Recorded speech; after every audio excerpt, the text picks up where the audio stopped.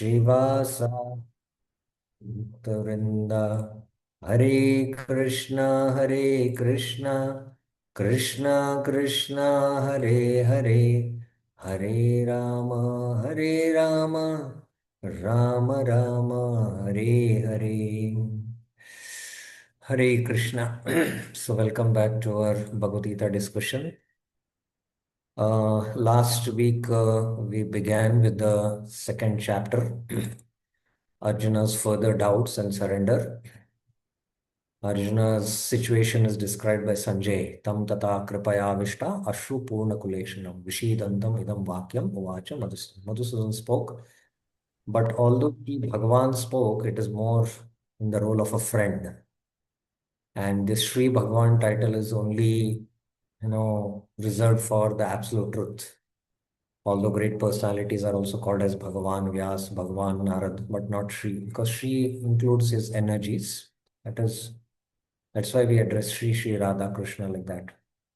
So he gives a pep talk. Kutastva kashmalam idam vishame samapustitam manarya jushtam asvargyam akirti karam Arjuna. Klaibyam, he says, this is the Shudram Hridaya Dhaurbalyam. Tekto Uttishta, give up and fight. And Arjuna replies, how I can kill Bhishma and Drona who are worthy of my worship. And then, although you know, they are gurus, they are Mahanubhavan, and uh, killing them and, enjoying this is what? Bhunjiya Bhogan Rudira Pradighan. And then he falls into indecision. We saw this. Na chaitat vidmam kataran varyu. We saw here what exactly he was, the indecision is because, as a Kshatriya is supposed to fight, when the enemy, attacks or in order to protect the praja. But if he gives up, then it will be sinful. But if he fights, he can win or lose. And if he wins also, all his relatives will be killed. It's as good as losing. If he loses, that's also bad. So like that, he goes into this indecision. And when you cannot solve things at your individual level of consciousness, then you have to take help of a superior consciousness. So that's why he surrenders. And this is the verse of surrender. Dharma Samboda Cheta. So he had an ethical crisis between the Kula Dharma and the Kshatriya Dharma. So which one among the two is superior? But ultimately Krishna will bring out that there is a higher dharma, that is a Jaiva Dharma. And then, he expresses his utter surrender, that nothing can, resolve this conflict within my heart. Na so yat shocham utshoshanam indriyanam avapya bhumo. Even if I get sovereignty over earth or then unrivaled kingdom over the Detas. So then Sanjay describes, you know, Arjuna, I will not fight, become silent, or he actually means to say that tell me how this fighting is beneficial. Krishna smiles and then begins to answer. So now this is the next section, which is a very, very important section, which maybe will take 2 to 3 classes. Every class will try to cover 10 verses if possible, but we are not in a hurry and rush. At least 7 to 10 verses we should cover easily. And I will, at the end of the class, covering these verses, ask for questions. But in between also, if you have questions, you are free to raise the hand. Now Krishna starts instructing Arjuna, taking the role of the spiritual master as Sri Bhagwan. So here actually you can see in one sense Sri Bhagavan Uvacha begins from here. So this is the second section is 11 to 30, Jnana, fight. As the soul is eternal, compassion for the temporary body is ignorant and useless. This counters Arjuna's compassionate argument, which he had given in the first chapter, if you have seen, verses 28, 29, and 30. Okay. Shri Bhagavan Vacha Asojyan Anvasojastvam प्रज्ञावादांश भाससे गतासून गतासूंश्च नानुशोचन्ति Pandita. As soon as Krishna takes the role of the spiritual master, he immediately chastises Arjuna. No? In an indirect way, you're speaking like a learned person, but you're lamenting for that which is not worth lamenting. So the Lord said, Tvam, you, while lamenting for what is not worthy of lamentation, anvasocha asochayam, are speaking words of wisdom, pragyavadam shabasase. The wise men, Pandita, do not lament, na anusochanti, for the gross body or the subtle body. Gata suna agata sunsha. So this is how Vishwanath Chakravarti Thakur translates, and we will see his commentary. Then it will become clear how this Gatasuna and Gatasuna to the gross and subtle body. Here it is a very important uh, point I just want to bring out. Of course, in the purport we will see that Asu means life heirs, life heirs. And from this comes the word Asura. Because Ra means to Ramante. So Asura is one who takes pleasure in enjoying the senses or life aids. So in one sense, everyone is an Asura, one who is enjoying on the sensual platform or the bodily platform. Asura. So that's Asu comes here. Gatasuna, Agatasun. One whose life hairs have not left the body, or ones whose life hairs have left the body. So that's what. So here, this an important concept I'm just bringing out. It's not there in the commentary, but sometimes some important concepts I'll try to bring out. Krishna is saying, "Oh Arjuna, this lamentation of yours caused by attachment to friends and relatives is the cause of bewilderment." So his lamentation uh, is because of attachment to friends and relatives. And because of that, he is elevated. That is the cause of him.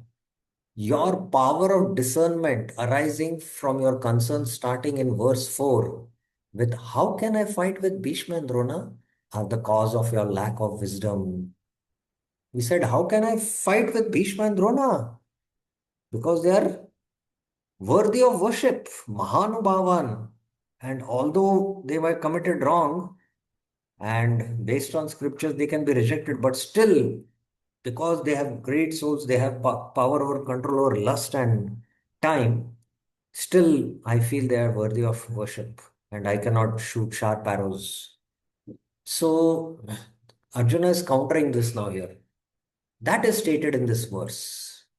You are continually lamenting. Socha means to lament, and Anu means continuous. So, you are continually lamenting for what is not worth of grief. Asochayan. Thus, you are uttering words of wisdom to me who am trying to enlighten you. So, when Krishna tried to enlighten him in the second and third verse, he spoke words of wisdom. You know, and also, Papameva Shraya Tasmat, he spoke about Artha Shastra, how superior to that is Dharma Shastras. So you're speaking words of wisdom, but your mind is reeling. Na cha shaknomi avastatum brahmati eva mana. So how can somebody whose mind is reeling speak words of wisdom? Because you're lamenting. You speak words, vadan of worship, pragya, as in verse 4. You spoke words of wisdom, as you spoke in the Katam Bhishmam Aham Sankhe. The intention behind the Lord's words is opposite. Actually, you have no wisdom. So pragyavadamsha bhashashe, he is telling, but indirectly Lord is saying that you have no pragya, because you're lamenting for that which is not worthy of lamentation. This is because those who are wise, Pandita, do not lament for the gross bodies from which life air has passed. Gata asu. Asuna I mentioned is life airs. Gata means which has gone. Since the bodies are destructible by very nature. Oh Arjuna, you're lamenting for the gross body from which the life air has passed. That means death. And by nature, you know, gross body is destructible. Yeah. So you cannot save the gross bodies of Drona and Bhishma because by nature they are destructible. So not having this knowledge, there's a footnote here. The life air go with the subtle body after death and enter a new body along with the subtle body at birth. Vishwanath has taken as Asu literally as the life air. I mentioned life air Asu. And Gatasuna as those bodies from which the life air does not depart. That is the subtle bodies.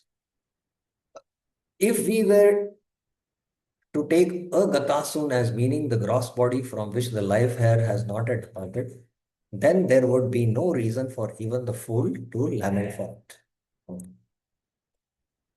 Neither do they lament for the subtle bodies from which the life air has not yet passed. Agatasun. Agatasun here refers to life airs which are there. That means those who are living.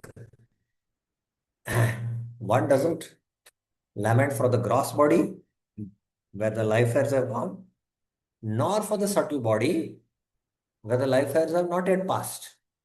For the subtle bodies will certainly be destroyed before liberation. Because the subtle body continues, when the life airs, when death happens, the subtle body continues. The life airs go from one body to another body.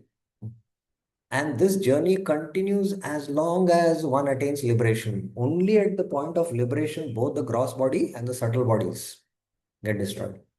So the subtle bodies will be certainly destroyed before liberation. They do not lament because they accept the inherent natures of all the gross and subtle bodies. The inherent nature of the gross and subtle bodies is that they are destructible. But fools lament when life airs pass from the gross bodies of fathers and others and do not generally understand about the subtle bodies. So they don't understand that ultimately, when the gross body is dead, it doesn't mean that the subtle body is not there. The subtle body leaves along with the life airs and takes up an appropriate gross body based on the karma. Karmana daiva netrena.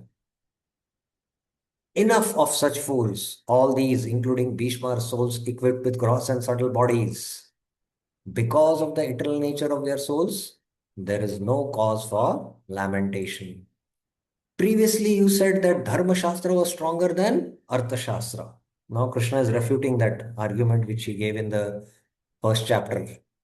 But I say here that Jnana Shastra teaching about Atma is stronger than Dharma Shastra. So now he is giving a. So he had said about Artha Shastra, that Atataina can be killed.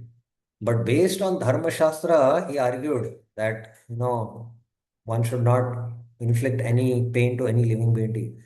So Dharma Shastras are superior to Artha Shastra. Now Krishna is saying that the Jnana Shastra is superior to even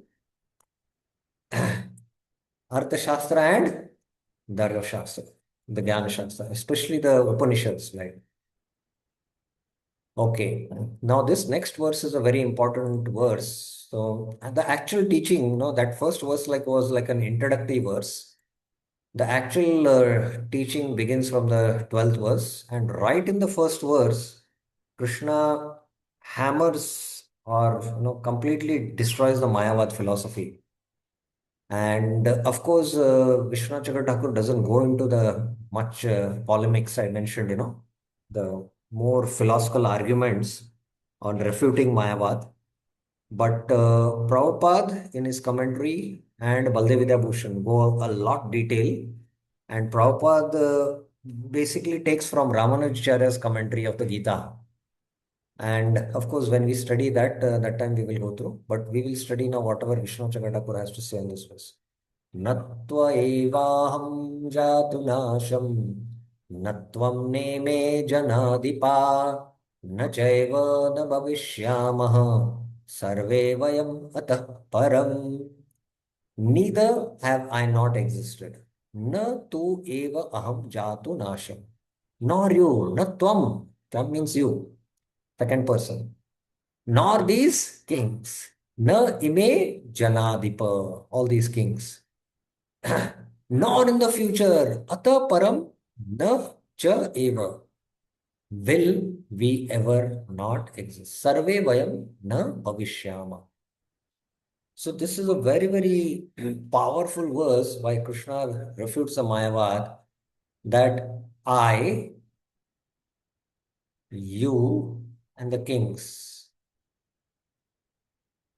I existed in the past, I exist in the present, and I continue to exist in the future. Similarly, you and all these kings. So in the future, that means individuality is maintained. It's not you, Arjuna, individual will merge with me and become one, or these kings will merge and become one. I am an individual, you are an individual, and the kings are also individual. And our individuality existed in the past, it is existing now, and it will continue to exist. So this is a very heavy blow on the Mayavad philosophy.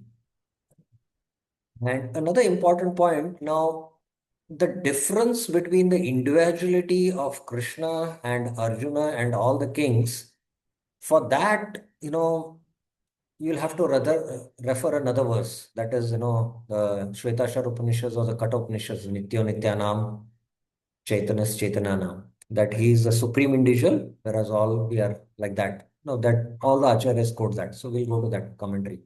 Now, oh friend, I will ask you a question. When you see the death of a person you love, you lament. But it is the object of affection while the person is in this world, the soul or the body. But is the object of affection while the person is in this world, the soul or the body? Sukdev says that the soul is most dear to all living beings. Sarvesham eva bhutanam ripa swa atma eva vallabha. Vallabha means dear. If the soul is the object of affection, the soul should not be the object of lamentation because it cannot suffer death, since both types of Atma, the Jiva and the Ishvara, are eternal. So here the difference is brought out, but of course he'll quote the Shvetashar Upanishad's verse. With this intention, he speaks this verse. So because the soul is eternal, you need not lament. And the object of affection is not the body, it is the soul. And he quotes Sukadeva Goswami's verse from the 10th canto.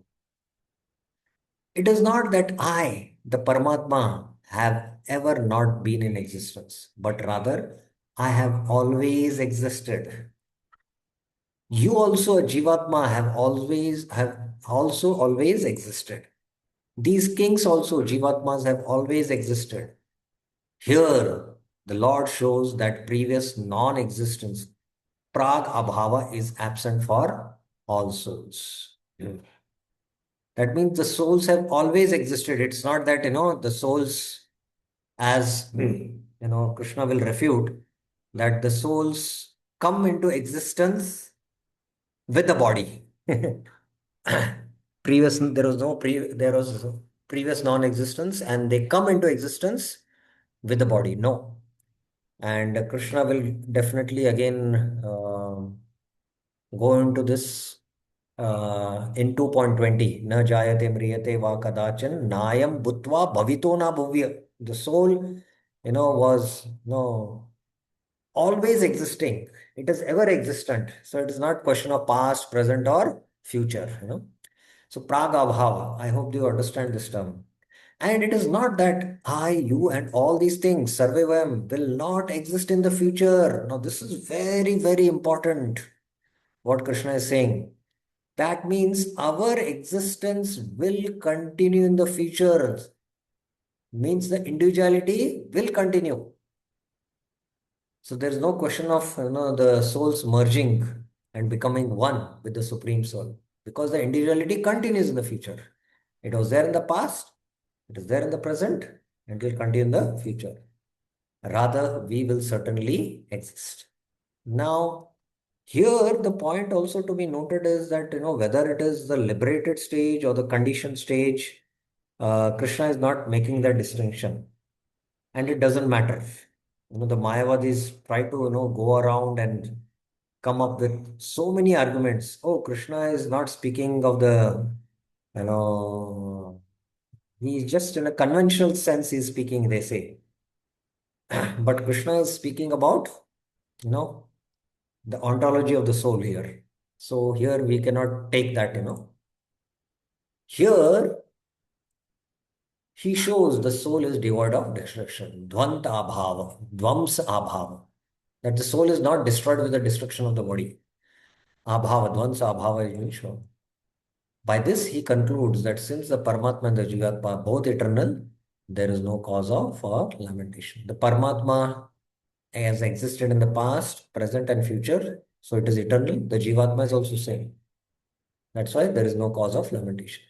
The Shruti says, Nityo Nityanam, Chetanas Chetananam, Eko Bahunam, Yo Vidati Kaman.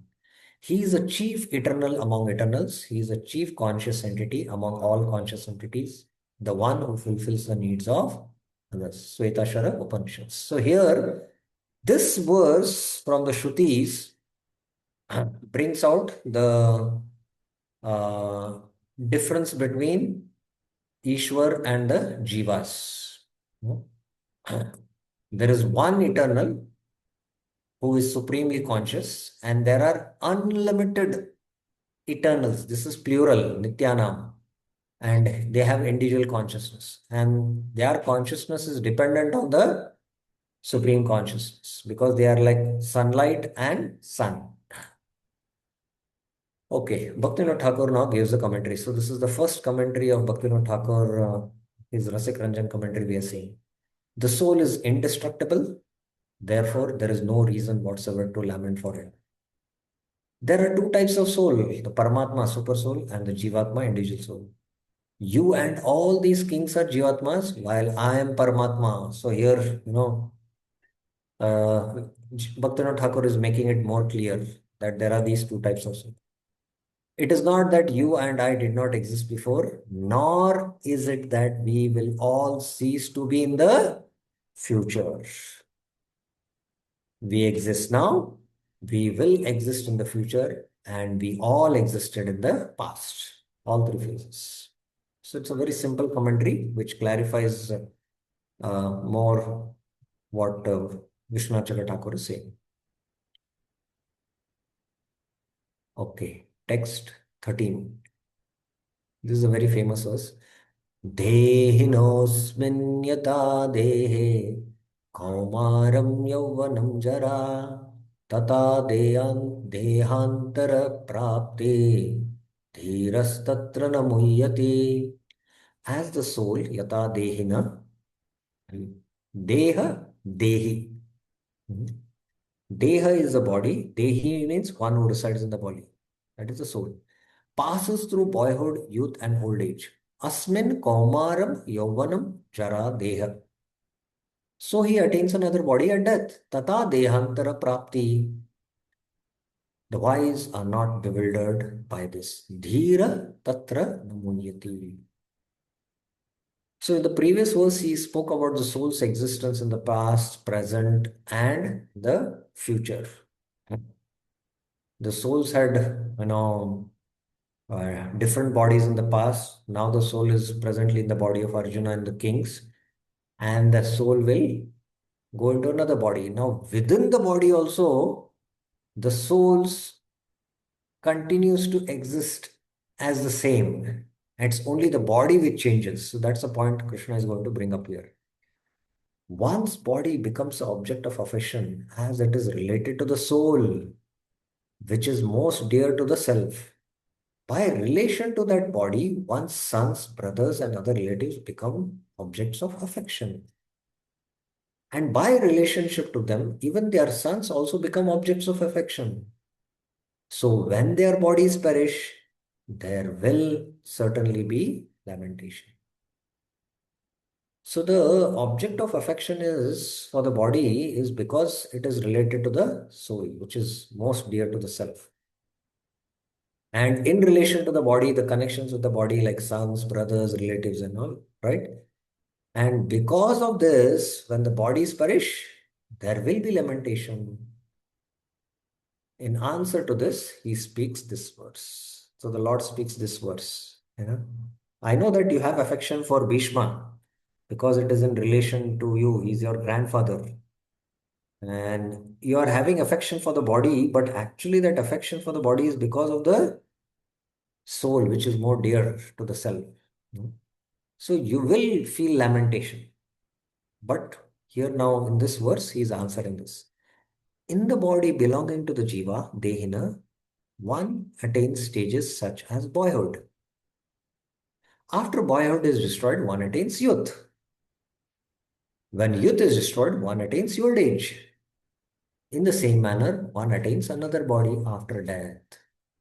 So this, uh, it's very interesting, when death happens, we lament because having affection for that soul because of the relationship with the body.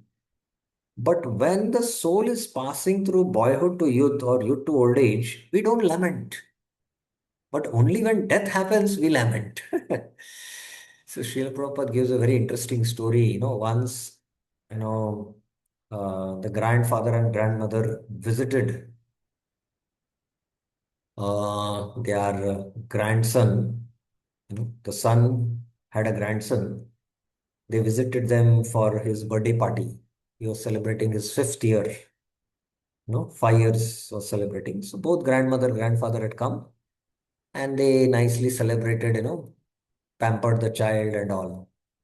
Now, after 15 years, again the grandparents visited. Now the child had grown into a youth. So the moment, you know, the grandparents came, they did not start lamenting. Oh, where is that 5-year-old kid? Where is that body gone? No, we are not able to see him. They did not lament. They were happy meeting that same child who is now in a youth's body. So similarly, Arjuna, you should not lament, you should rejoice because Bhishma is going to get a new body. That's the point. Just as Yata, one does not lament for the destruction of the objects of affection in the form of boyhood and youth of the body which is related to the soul and therefore dear, so one should also not lament for the destruction of the object of affection in the body which is also related to the soul. But here, but with the destruction of youth and attaining old age, one does lament. But then again, with the destruction of boyhood and attainment of youth, one rejoices. And with the destruction of worn out bodies of Bhishma and Drona, they will attain new bodies and will also become joyful. So in one sense, you should be happy that, they'll be able to give up these old bodies where, they are not functioning properly and they will get youth bodies.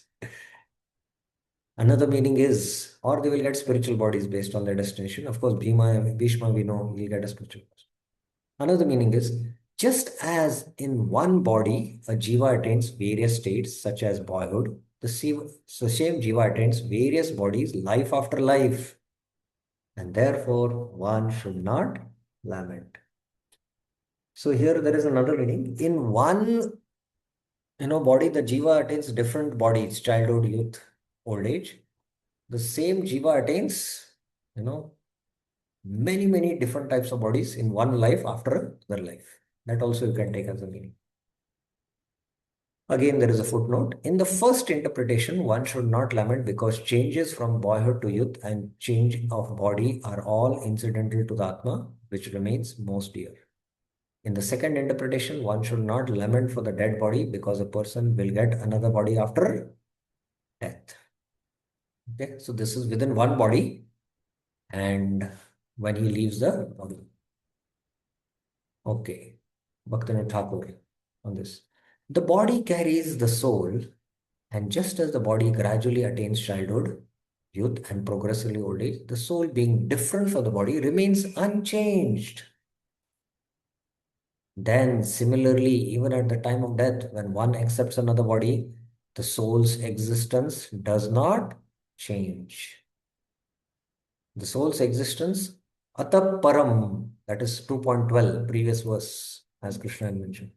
Rather, as one feels happiness as he transitions from childhood to youth, similarly, the devotee of Bhagavan experiences joy as he gives up the old body, understanding that the self soul is moving to a superior position. So, as one feels happy from childhood to youth body, the grandparents, they were very happy. Thus, a great personality, Dhira, never laments for the destruction of the material body of a conditioned soul. So, here that word Dhira is very important.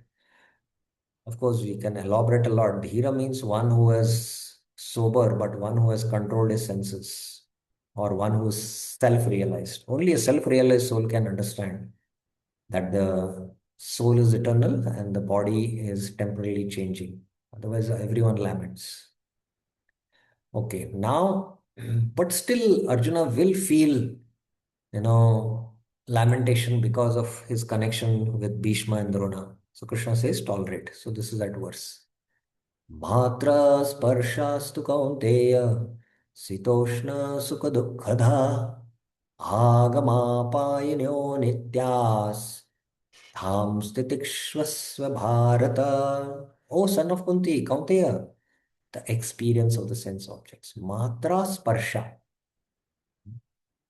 So matra sparsha here refers to the tan matras, sense objects. Tan matra. Give sensations of cold and hot, happiness and distress. Sita Ushna Sukha Dukkada. Always temporary. They are all anitya, appearing and disappearing. Agama, apayana. They come and they go. O Bharat, Bharat, tolerate these experiences of sense objects. Tam stitikshvasa. Now Arjuna says, yes, this is indeed true, what you're saying. But I show such indiscretion. My mind producing nonsense, uselessly covered with lamentation and bewilderment, causes me suffering. It is not the mind alone. The various functions of the mind in the form of all the senses, such as skin, experiencing their sense objects, tanmatras, produce this problem, anartha. One has the experience, sparsh, of the sense objects, matras. So because of that contact of the senses and the sense objects, in the hot season, cold water is pleasant. So the water is a sense object, and our touch is the senses, perception, sense perception. And there is the experience of coolness. And in the cold season, it is painful. This happens in an uncontrolled manner, appearing and disappearing. So in the summer, taking a river bath is very nice. But that same bath in the Magh month, December month, it's very cold. So that is because of experience of the matra sparsha, sita ushna. Therefore, you should tolerate these experiences of sense objects. Tolerating them is a part of dharma prescribed in the scriptures. So here, Krishna is bringing out that these dualities which are there of heat, cold, Sita Ushna, Sukha and Dukkha. So 1 minute. Okay, let me finish this purport and then I will explain. One should not give a bath in the month of March because it gives pain, since it is prescribed in the scriptures. Following dharma gradually rids one of all low qualities. You must tolerate that sons give joy when they are born or earn money and give sorrow when they die. So you know, this is again contact of the senses and sense objects in relation to body, but they are temporary appearance by their temporary appearance and disappearance. So similarly, you should tolerate the appearance of Bhishma and now the disappearance. One should not give up one's scripturally prescribed duty to fight by that consideration. Not performing the prescribed duty eventually brings about a great problems. So here what I was trying to say is that Sita and Ushna, this is Ushna. It is related to the body. And Sukha and then Dukha is related to the mind. And then there is Man and Apman, which will come in the sixth chapter. So these are all dualities. Now, as long as your consciousness is caught up in the dualities, the soul is beyond dualities. There's no duality in the soul. It's transcendental. That's what I mean. It's not the Dvaitvad or Advaitvad philosophy. So if you want to realize the soul, then you should not get affected by these dualities. The more you get affected by the dualities, then the more, it is difficult for you to realize, you know, that I am beyond these dualities, I as a soul. So that is why you perform your dharma. That's what the point Krishna is saying here. Now, what is the result of tolerance? Here, the result fruit is liberation. Yam hi na vetayante te Vrisham Purusharshava Samadhukka Sukham Dhiram Somam Vrattatvaya Kalpate. O best of the men, Purusha, Purushashapa, Purusha, Rishabha. Purusha means, men, and Rishabha means the best among the men. The intelligent person, Dhiram, Purusham. Now, intelligent Dhira means one who is sober also, one who has controlled his senses. Equal in happiness and distress. Sama dukkha sukham, who is not pained by these sense objects. Yam hi na petayante ete. Ete refers to the previous verse. The senses and sense objects attains liberation. Saha amritatvaya kalpate. Practicing tolerance with this discernment, the experience of the sense objects will, with the passage of time, not give distress at all. So when you practice this kind of tolerance with, this knowledge of the dualities, and these experiences come and go. So with the passage of time, what will happen? It will not give you distress at all. Because if you're caught in the distress, then that distress will give you dukkha. Or if you're caught in the happiness of the summer bath, then it will put you in sukha. And both these are dualities. When a person reaches the state where there is no distress from the objects of the senses, liberation of the Atma is close at hand. He is qualified for liberation. Somo Amritatvaya Kalpate.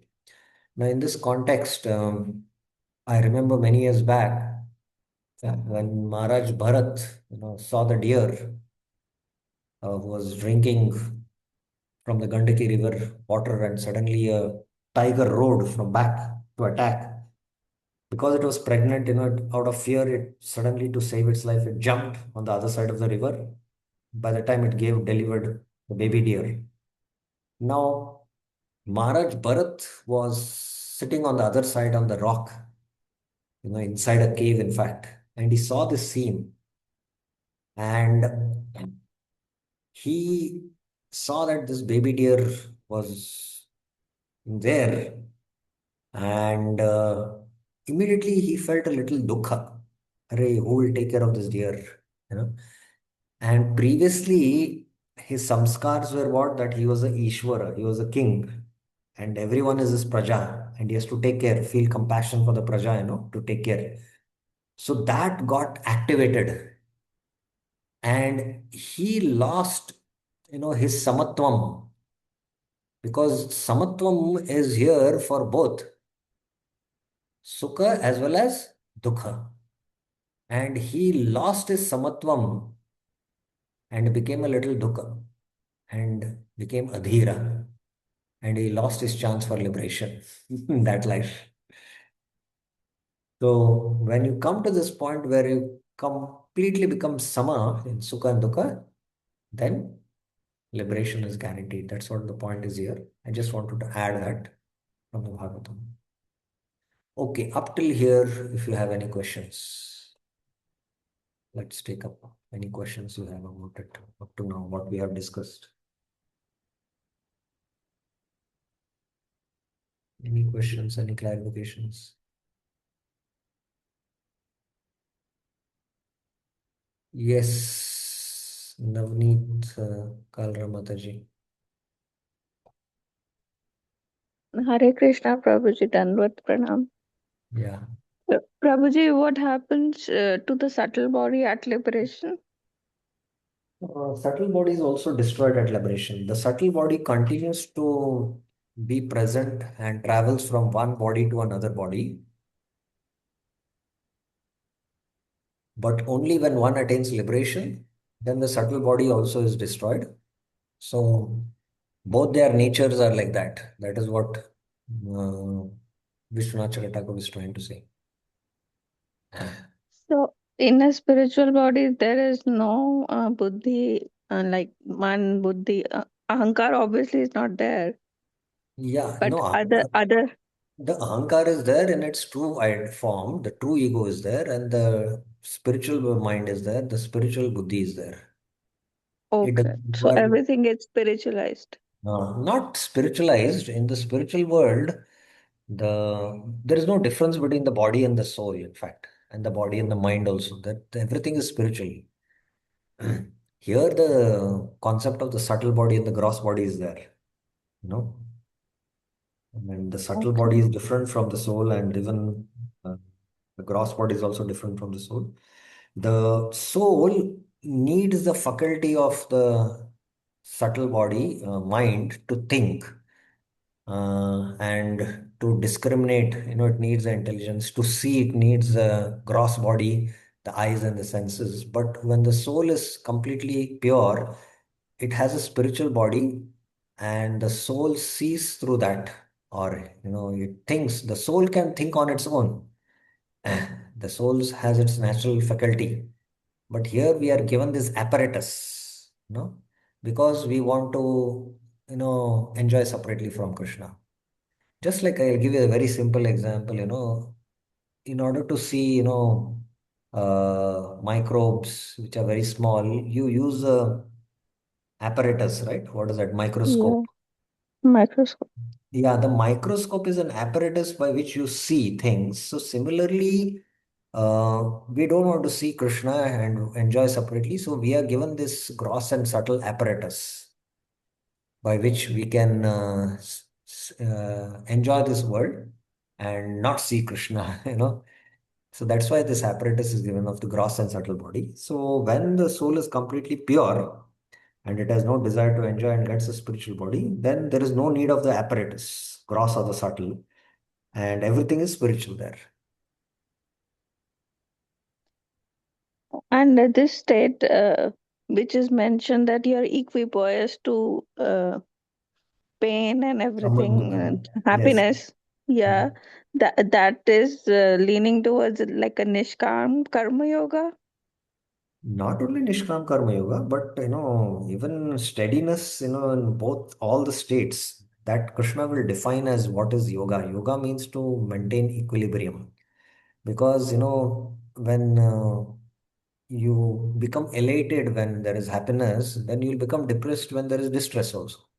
So these are Yeah. the states of mind which you can go up and down. But steadiness means, neither to be affected by happiness nor by distress. So that is to maintain mental equilibrium. That samatvam, he will define it as yoga, and that's a criteria not only for Nishkam Karma Yoga, but for even all types of yoga, all types of transcendental yoga like Ashtanga Yoga, Jnana Yoga or Bhakti Yoga.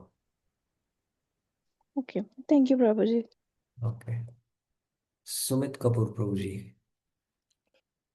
Hare Krishna, Prabhuji, Dandavat Pranam. Yeah. Prabhuji, in that 2.13, we learned that, dehinosmin yatha dehe komaram. So when this body moves, and then when this soul moves to another body, so we mentioned, it was mentioned that it goes to another body.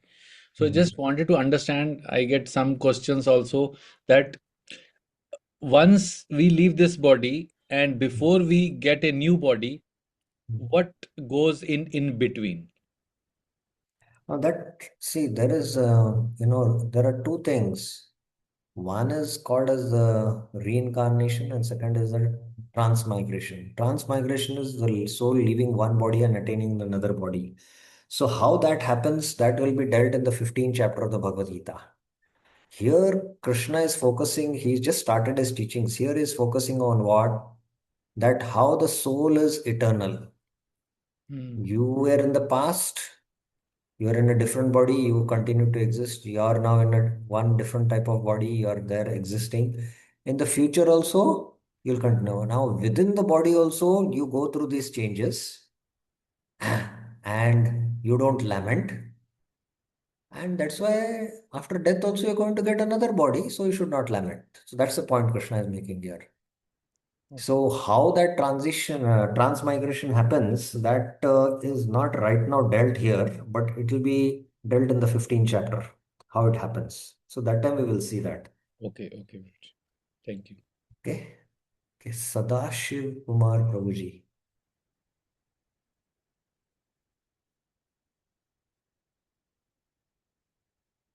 Yes, I've unmuted you.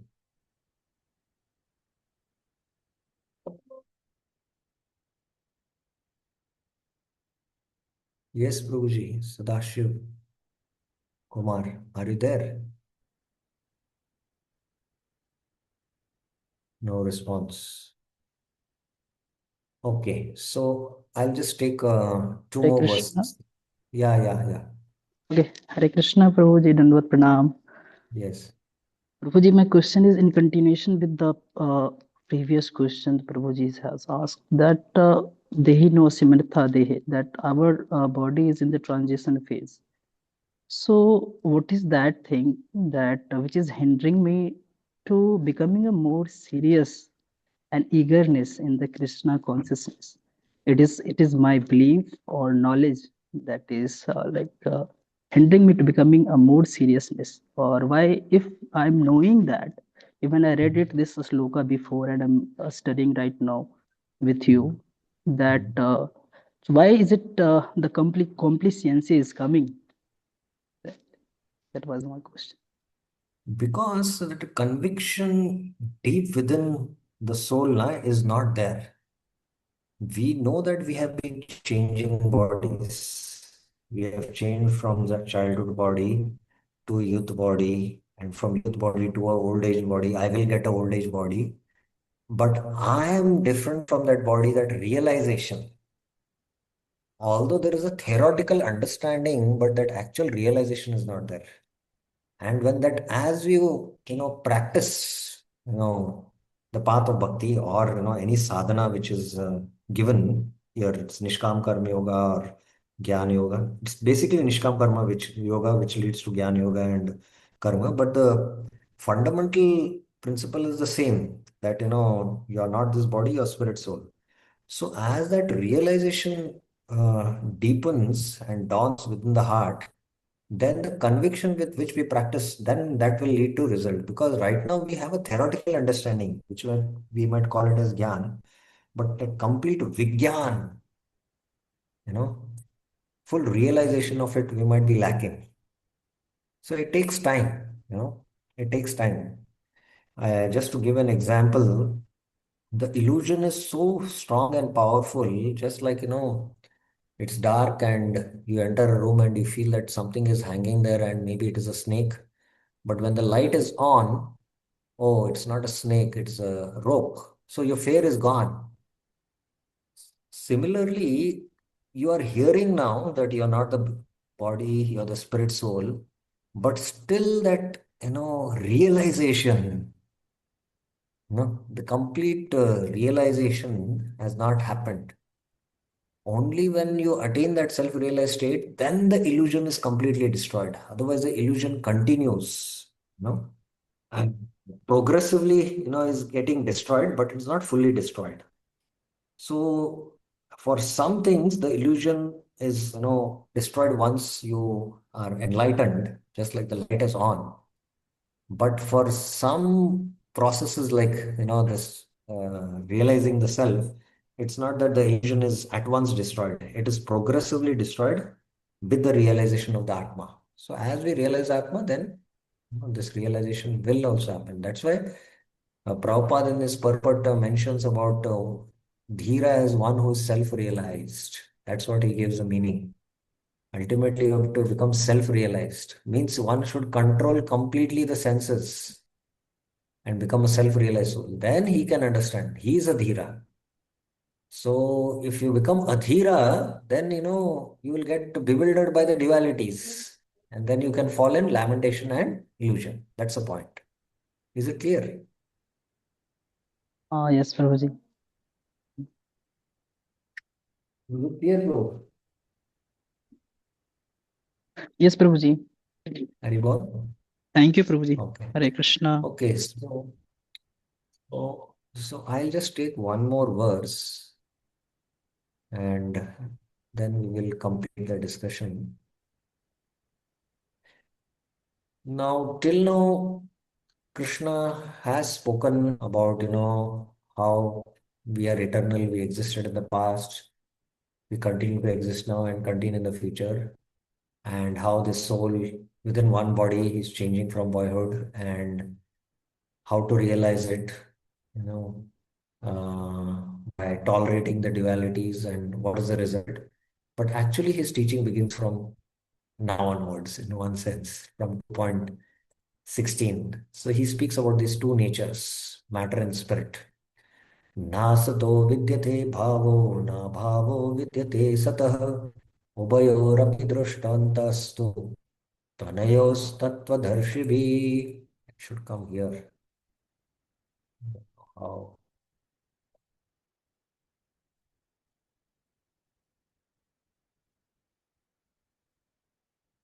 नासतो विद्यते भावो न भावो विद्यते सतः उभयोरपि दृष्टान्तत्वनयोस्तत्त्वदर्शिभिः. There is no permanent existence for the body. Na bhava vidyate, and no cessation of existence. Na abhava vidyate, the soul. So there is no permanent existence for the body, bhava, because it is asata. And the soul, there is no cessation of existence because it existed in the past, exists now, continue to exist. So that's why it is sata, sat, eternal. This is temporary. So bhava here, now again, this is very important concept which we need to understand. Bhava can mean many things. Bhava can mean emotions. Bhakti Rasamrita Sindhu deals with it. And bhava can mean nature, nature of existence. So the nature of that which is sata is that it is always existing. And the nature of asata is it cannot permanently exist. There's no permanent existence of the body. Those who see things in truth, tattvadarshini, see this conclusion. Anayo anta drishti. So one whose drishti is anta. Anta means one whose drishti is, situated in the self. Antar drishti.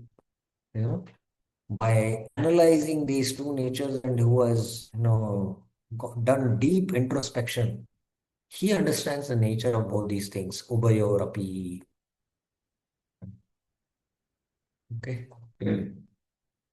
Screen is not visible. Screen is not visible. But I'm sharing the screen. Is the screen not visible?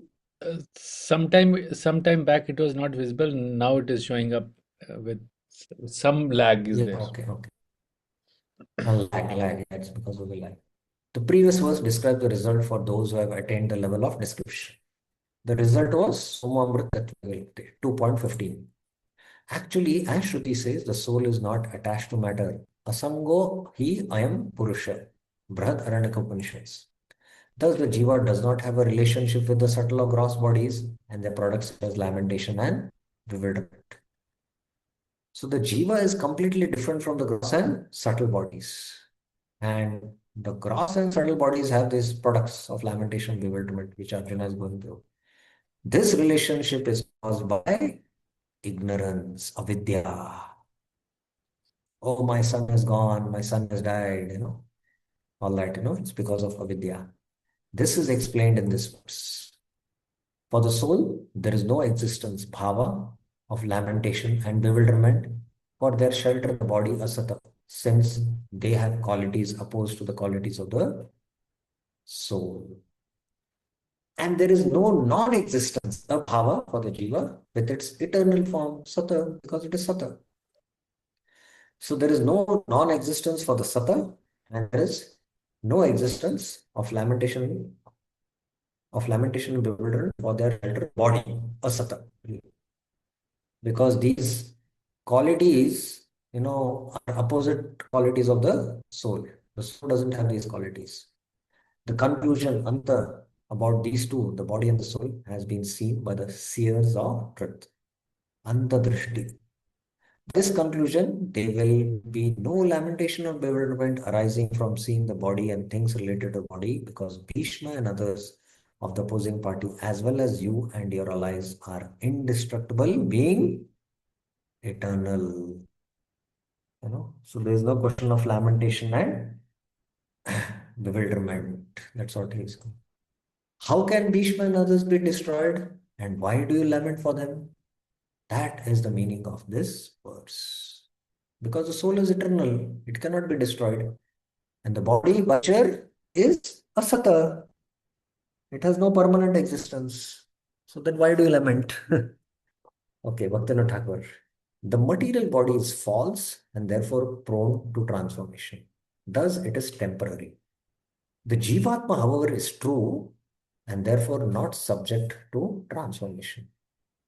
Thus, it is eternal. Factually, the Jiva cannot be destroyed. Those who know this truth have deliberated on the difference between Sat, true, and Asat, false objects. Okay. So this is a short commentary of Bhaktivinoda Thakur. Again, it clarifies what Vishwanath Chakravarti Thakur is saying. So time is up. So we will stop at 2.16 and continue our discussion from tomorrow from here. But again, if you have any questions, we can take up. Any clarifications, any questions up till now?